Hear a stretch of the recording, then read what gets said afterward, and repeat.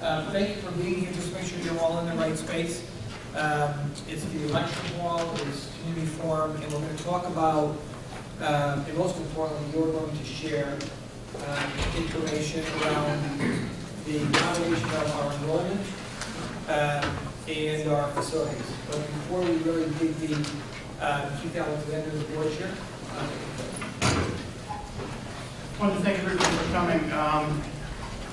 We have four board members here tonight, myself, Laura Roche, John Boris, and Michelle Koo. We wanted to hear from everybody who wanted to come out and give us information on the topic. The district has already been working on what our facilities are, what we have, how many students we have, and how those things go together. So that process is in moving along. Michelle and Kathy Hamilton are both in there with them. So we have board members in talking with the district about what the best ideas are. And basically we're just trying to look at it from an educational standpoint. How does this work? Do we have the right facilities? That sort of thing. Anything else? We're good? No. And, oh, I'm sorry. We'll be here, obviously, to hear more from individuals. And again, thank you for being here. If you don't know me, I'm Joe Murray, the superintendent of schools, and I'm really excited that you are here. I want to start, if I could, Jeff. We have a number of our committee members here. Mr. Alexander mentioned this has been a study now for about 5 months, and we're looking to share information with the Board of Education and with the community in a public forum on June 2nd. And that would be the Board of Education's first meeting in June. Committee members that were able to make it, Dr. Gata, Dr. Lynn Gata, Mr. Ron Binkowski, Mr. Ron Binkowski, Barbara Gaspeling, Andy Berkey, and Tom Eichler. We have a number of other administrators here, and thanks for being here, and board members, thank you for being here. Let me give you a sense of what the conversation is going to be framed around. I'm hoping that everybody has the handout that should have been available when you walked through the door. I want to start by just going backwards a bit. The school board already had a public conversation around enrollment and around facility, and this was 3 or 4 or 5 months ago, and the agreement was there needs to be time, there needs to be accurate data, there needs to be a study, and that nothing for the new school year, 2015, 2016, will take place. So the window of time is a lengthy window, so we do it well. We do it with information to the community, and we do it right. So really what that meant was, since January, an internal committee of about 8 or 9 or 10 members, we have been looking at many options in all the data that we presently have. I think it's important when you turn the page, if you would turn the page,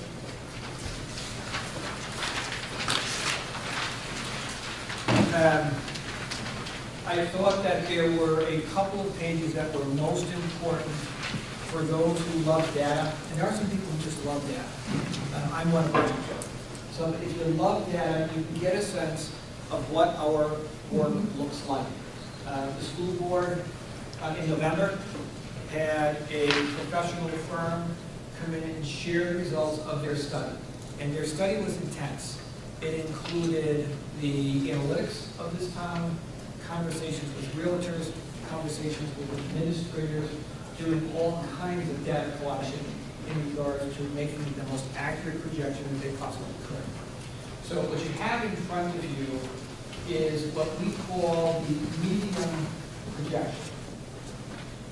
They provided information of what, if numbers ended up being low, what that would look like. They provided numbers for numbers that would be high. So you have a 10-year outlook of what we believe represents accurate information. Now, when you think through that, it's remarkable data. Because we're all real good knowing how many 4-year-olds we have in town today or how many 3-year-olds we have in town today. I'm not certain how anybody knows 7 years from now how many new births we're going to have in town. But they were paid handsomely to know that, so we're believing that they do. But the information that you have, you can see that we're going to reduce our enrollment rough numbers, by about 200 students per year for the next 4 or 5 or 6 years. You're going to see a flat space for a couple of years, and then you're going to see the trajectory begin to switch back. Pendulum moves the opposite direction, back to an enrollment upswing. What you're looking at is not unique to Newtown. Nearly all of your rural and your suburban communities look like we do. The growth in Connecticut, if there is growth, and there is, in regards to public schools, is happening in your urban districts. Your Hartford, your Britons, your Bridgeports. So with the information that we have, knowing that we are going to be incrementally moving to be a smaller district, that launches our study. So the data has to be believable, and we believe that it is. So that launches our study. The information that we'll be sharing with the school board at large on June 2nd. If you flip back to the first page.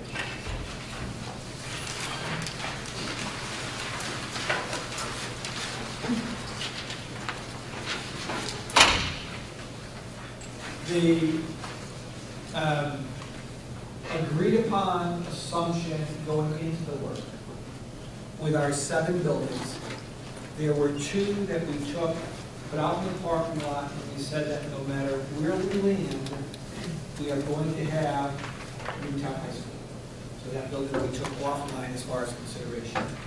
And we also said no matter where we land, the brand new Sandy Hook in 2016 and 17 will be the brand new Sandy Hook. So really our conversation then was around looking at the data, looking at the numbers, making sure that teaching and learning was our decision maker, and then beginning to play. Because that's what you really do with enrollment in this. We spent a number of meetings, a number of hours brainstorming configuration. How could this look? What should it look like? Should it look like at all?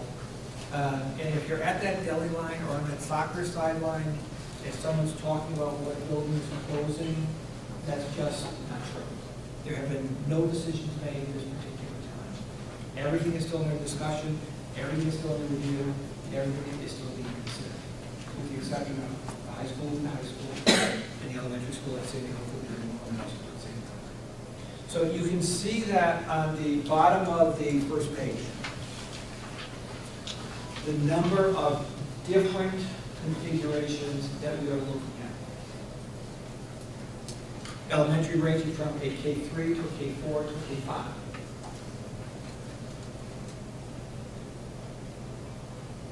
If we're looking at a K3 scenario, then we're looking at most likely closing an elementary school.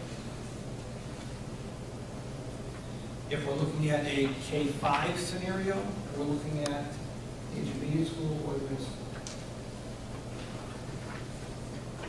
If you spend some time with the data, it is really fascinating data, it truly is, and you try to fit the numbers into a configuration, it's very, very interesting work. Because you would think that out of one of the scenarios, something would fit perfect. And there is no perfect fit. So the committee has researched an awful lot. We've done our research on, is there a need for modules in this discussion?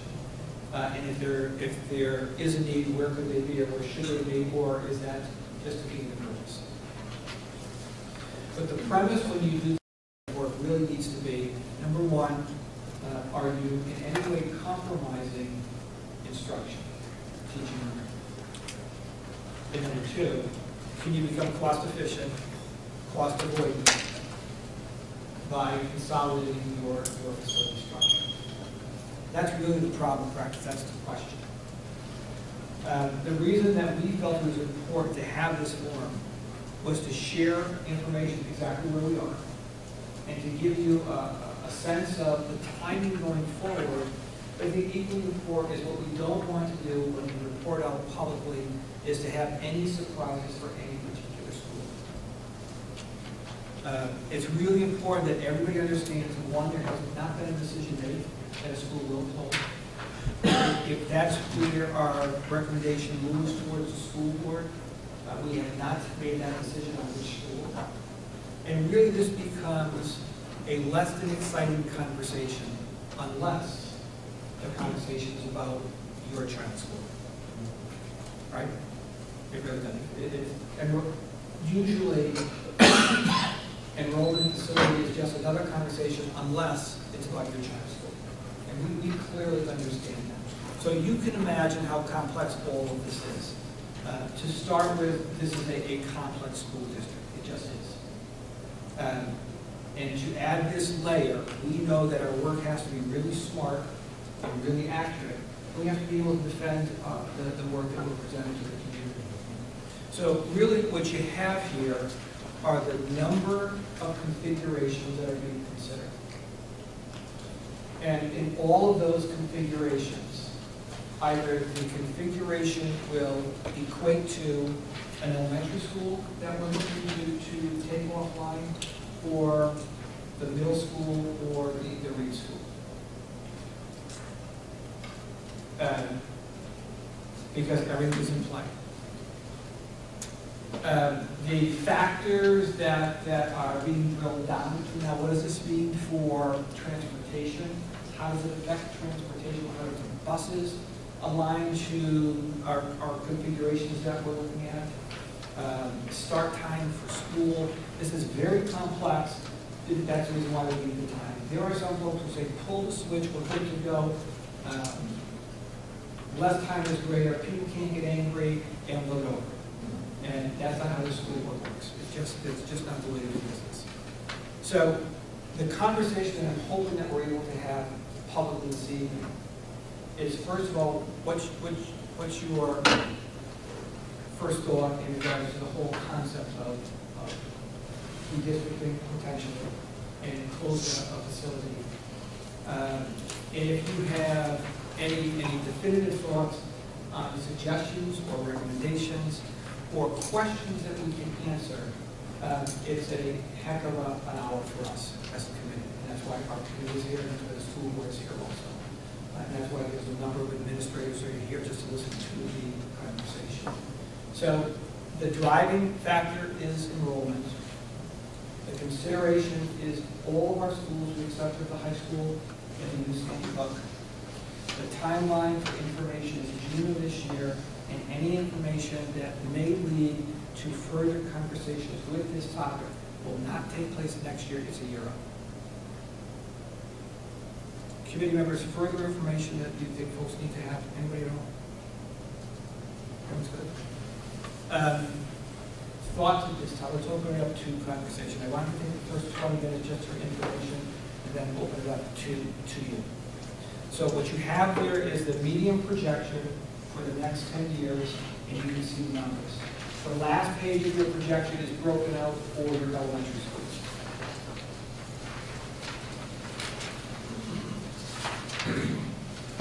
The new Sandy book is being built for just a tick over 500 students. Yes.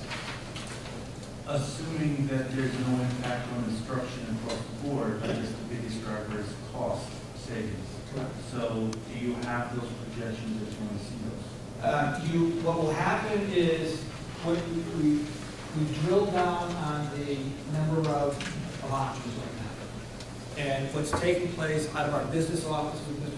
Minkowski, he's partnering with our transportation company. What the answer to your question is, in the moment we don't have it, we will have it in the next probably 2 to 3 weeks. We're going to find a product.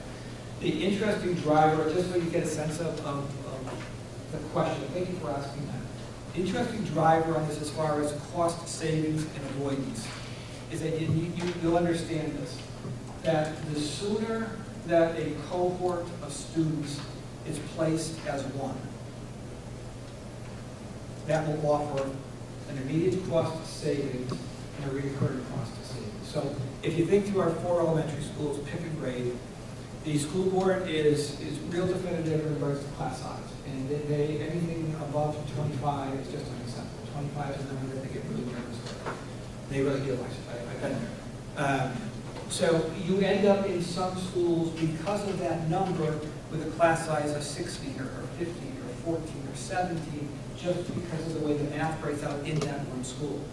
So when you bring the entire cohort of students together, you decide that all fifth grade will be 22 students. You will probably end up with a savings of no less than 2 to 3 or 4 teachers, because the math is more perfect. Do you understand that, folks? You get that? So that's a big part of this. And the other piece is something is avoidance. You know, if the school board makes that decision, and they are the only group that can, how does the building become repurposed? What's the needs in the community? And you folks know that much better than I do. Yes, Karen? To that end, will it be a comprehensive review? Will it tell us the costs that we will save, the cost to repurpose, and the cost to reopen? Because based on these numbers, it looks like we will possibly reopen at some point. Yeah. And because what's been shared so far by independent group was just the savings, not the full picture. Yeah, all great questions. So give them one at a time. First question. Will somebody be sharing the full cost? Cost savings, immediate cost to repurpose, as well as cost to reopen? Yeah. The cost savings will be able to present to the school board the scenarios with the savings. And I think that's really the work, and we've had some helping partners with other boards, and we thank them because they started the conversation, and I'm glad that took place. But what we're going to drill down to is there were assumptions made outside of the world of educators. So what we'll be able to provide is what we believe as a leadership team this all should look like. So we're going to be able to do that. The piece to repurpose, that's a discussion that would follow a board's decision. And I think that would be a joint partnership discussion with other elected boards. The piece to reopen gets tricky. What happens if you take your middle school? Your middle school is not in compliance. And there's not a building that's built in the 50s or the 60s or the 70s that is. And much of it has to do with ADA compliance. However, because there have been workarounds to make sure that it does meet the needs of all students, your middle school is a terrific place. When you close a school, and in that closure period of time, if there is a loss of a continuous stream of children, you then must open that building under compliance, and that could be millions of dollars. So what happens in many communities, what would happen would be that when a school is closed, it may be a site for your alternative small high school, it may be a site for your preschool, it may be a site for a lot of different things. But the mindset being that if you keep children in the school, you can grow the building. We believe that our work should be validated for the next 10 years. I think beyond the 10 years, you're really projecting in a space of the unknown. So that's the processes that we've gone through and are thinking. Other thoughts or questions? A couple thoughts. I was looking back at some paperwork I had from back in 2005, believe it or not, when it was called Coping with Growing Enrollment. Say it again. The paper was written as titled Coping with Growing Enrollment. Sure. That was only 10 years ago. And then they did, here's your data, your enrollment projections back then, they were telling us our very lowest would be where we are right now for our high school. It was over 300 pupil range of error on this, and we were at the very bottom of that. Yeah. So what I'm trying to point out there is, in 10 years, I mean, it goes quick, but 300 kid error range is almost a school. So as parents I've been alluding to is, we don't really know where we're going because we built a new high school addition with good data, and we're at a lower end. But just as quickly, anything could happen variable-wise, where we can suddenly shoot up, where we were gaining over 200 kids a year at one point, maybe 300. Ron would probably remember all those numbers. But these same conversations are happening in the reverse of what we're doing now. So it's just not that reliable is my concern. But with that being my other point is, if we're talking about closing a school, we're going to have to close one. Obviously, educational, a school that's good for educating kids, I just want to make sure we include, A, some buildings are better equipped for security. Correct. Second is certain buildings are better in support of health and well-being of students. And going back several years ago, there was discussion about air quality issues. Poly and the middle school were documented to have poor air quality, CO2 levels, I all of that still, so if you want that, I can pass it for you. I think that's a concern because it was spoken about, the numbers were misunderstood, and they said it's no problem to have that at the middle school. But anyone who's had a kid go through middle school, well, everyone complains about the air quality at the middle school is horrible. And so I think that's a big concern. Some buildings have been pieced together so many times that they are not that supportive of good education. If you have low CO2 levels, it impacts actually documented performance. It causes drowsiness. It causes more illness to be contained because you have higher particle levels, etc. So I can go into all that and lots of background stuff on that. So I think that's a big consideration. We have some buildings that aren't as healthy as others. We're going to have state-of-the-art buildings, beautiful addition at the high school. Reed is a beautiful facility from what I know, from what makes a good school. Reed has a lot of that too, and I've heard that that's a school that's really on target to possibly get closed. And I know there's leaders in town who have told me that years ago that that's the school they want. I mean, it's everyone knows that. So we have some schools that are better quality than others. And so I think we owe it to our kids to give them the best facilities, regardless of the exact fit of numbers. Plausible things to close it and develop it in a way where some businesses could be in there, whatever it may be. Where does that revenue go if that happens? Let me do the process of what happens. What happens is that if the school board elects to close a building, if it's just hypothetical, the building is then turned back to the town office, which will be your board of selectmen and legislative council. They then take responsibility for upkeep and cost. What happens to that building really falls out of the hands of the Board of Education. Very similar to the work that Geraldine is doing. As much as the board is advisory in contributing, the new Sandy Hook Elementary School, the oversight is not coming from the Board of Education, it comes from the Health Building and Site Commission. So the board actually steps away, the revenue conversation will be outside of the page. So it will essentially switch to the town side of the budget. So the buildings that need maintenance that are closed, town is responsible for that at that point. And that would be part of our projection, what that would look like as far as, and again, it's either cost of doing or a recurring cost. Well, certain buildings are much cheaper to maintain because No they're being question. designed. No question. Other thoughts, other questions, other concerns? Yes? Approximately when did we start getting this information as far as enrollment being down and that we would have to possibly close a school? Because I know that we just voted on building a Sandy School. My question would be, why are we building a new one if we have to close one? Yeah, and you know, the first answer to your question, I know that since I've been in town, when I was fortunate to be appointed last January of 2014, this was an ongoing conversation. The school board had already sent a proposal out for professional expertise to do their study. So it's been here a while, conversation. The balance of the new Sandy Hook, that was a conversation, and I believe the consensus from the community and elected officials was that it was absolutely essential to have an elementary school in that part of town. For proximity, Newtown, I think it's the second largest square miles, third largest square miles. My question would go back to like, I live in the Meadow District. Yeah. So if that school was lost, then, proximity to town for me would be a big It deal. wasn't at all. We are, Kathy? I was just going to say, Sandy Hook School, number one, the conversation's been going on a couple of years. It got waylaid because of the tragedy. Number two, Sandy Hook was the biggest elementary school.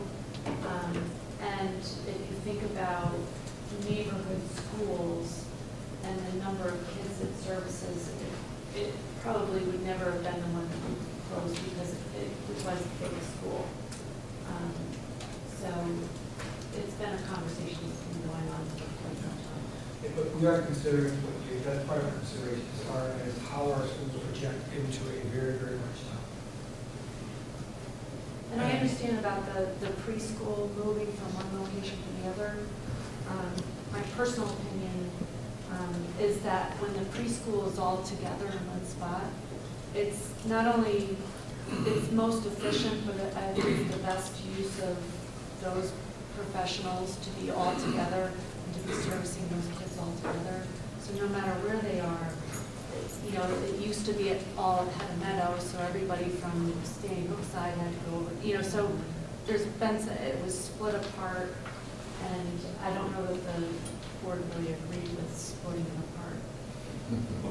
I would like to add to that, the staff has actually come to the board requesting to be together. It's back when they had been in one building, and then when our population started to expand, they were kind of like bounced all over the place. So, and so they would prefer to be together as staff because they work better as a program. So they're actually very happy to have a permanent spot, and they will not be moved after that.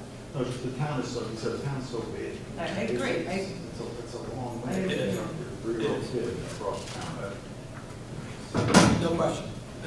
impacts people's lives. Yeah. And the other thing I was going to say is, when you look at all the different configurations, because you're basically watching everybody move through the pipeline, so you know what you have in your pipeline, you see it moving through the different schools.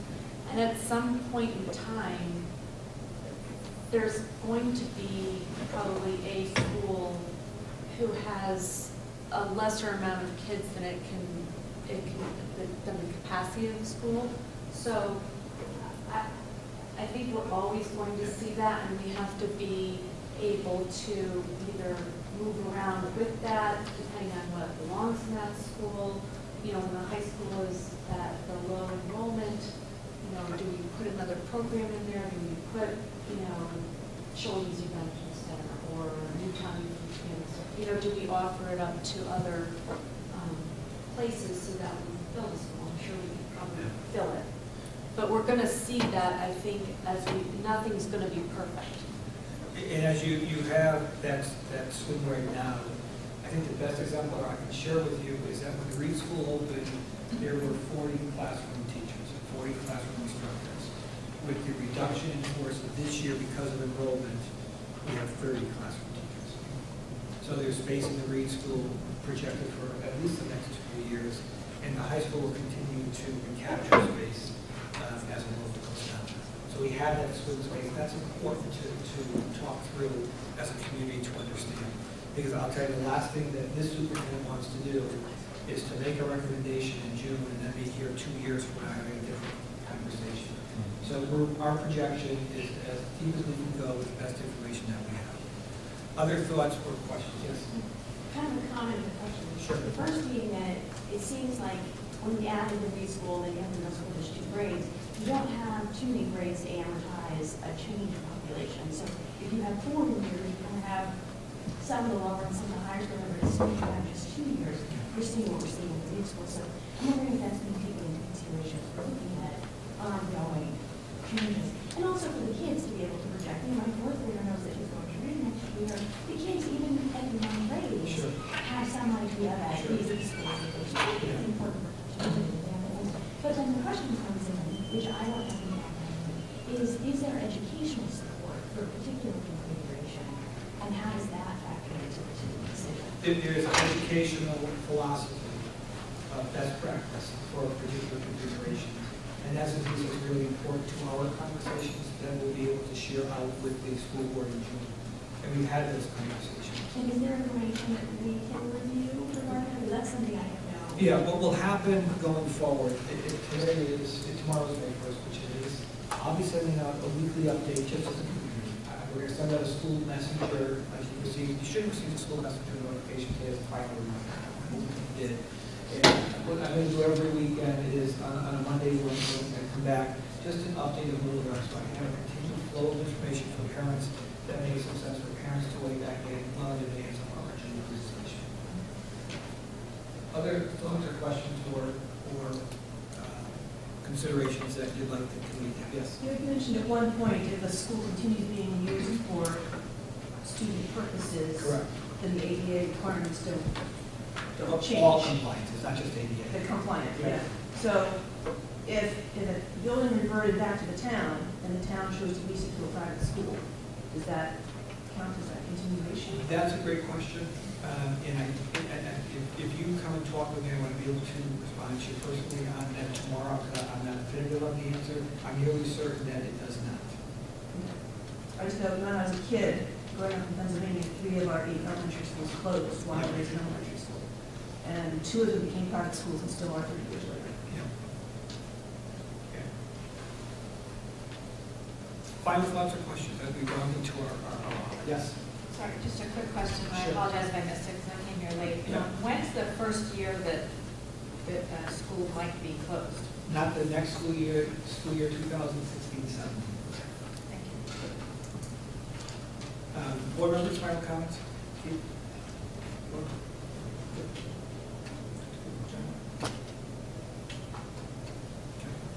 I would just say that there's a lot to take into consideration, and we're taking into account programming, teacher certification, all sorts of different factors depending on the age group.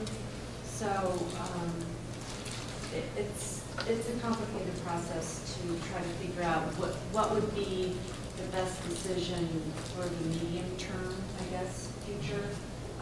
I agree with Joe that beyond 10 years, it's really hard to project. But if we could,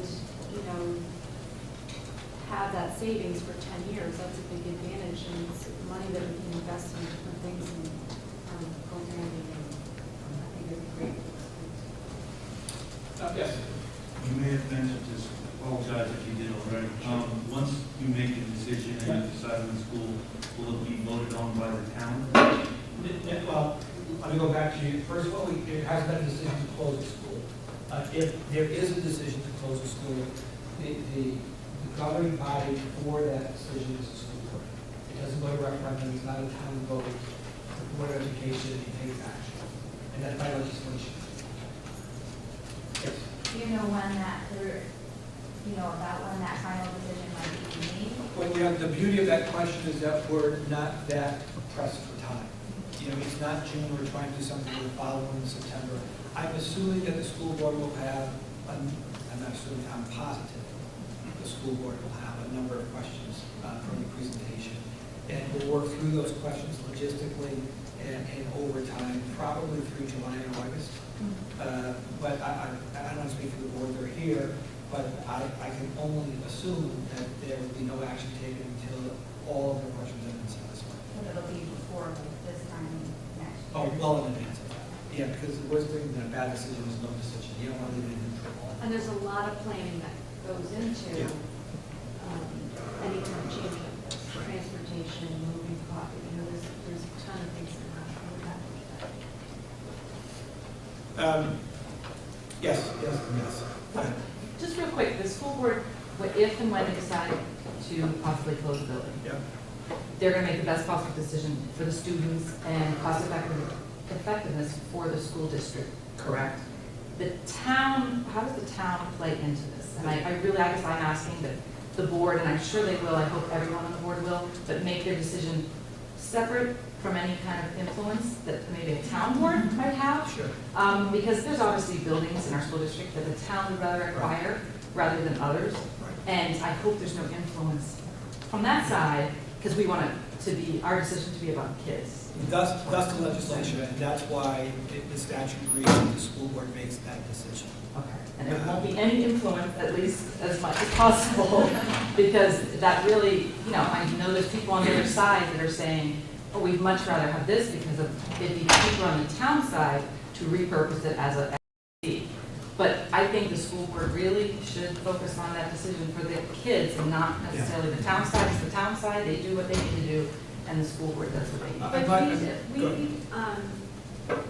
I'm sure, I don't know, I came a few minutes late, I don't know if Joe mentioned, but there's this parallel study going on about town buildings and what's the best use of our town buildings if things move around, like we build a police station or we have a building for a police station. So our two studies are actually in parallel, and so they're just waiting on us to tell them what building, if there is a building, what building would it be? But their studies aren't But influencing no, your decision. because Michelle and I, and Joe sits in on the meetings too, we're all on that committee also.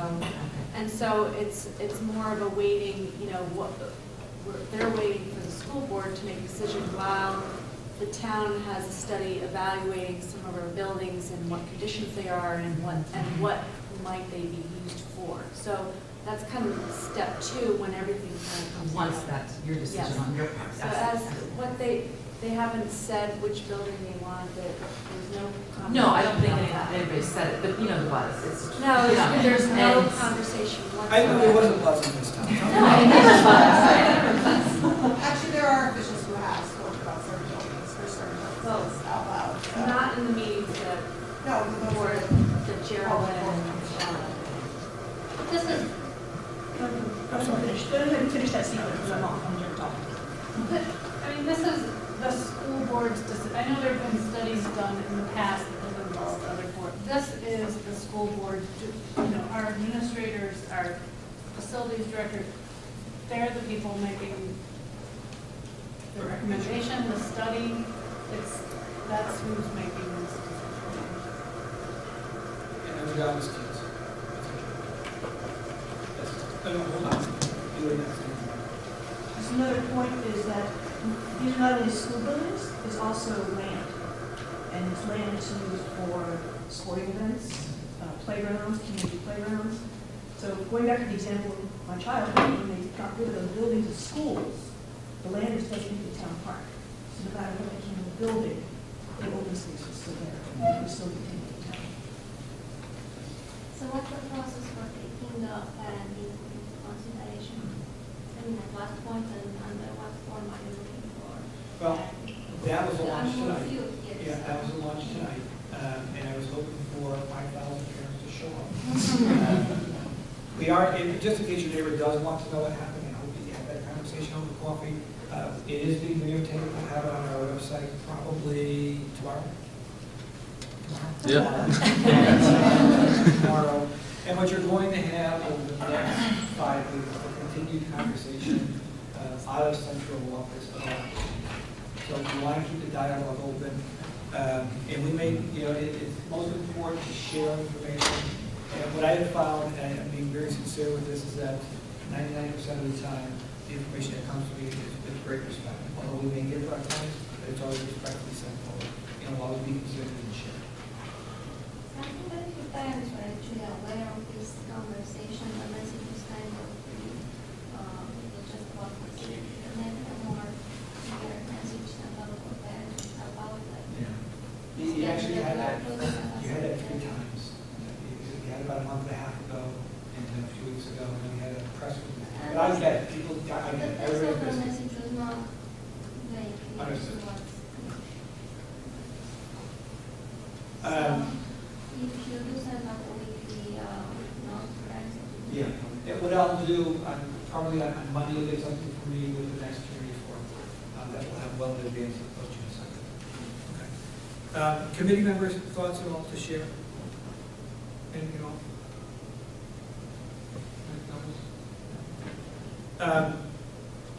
Board members will stay, committee members will stay.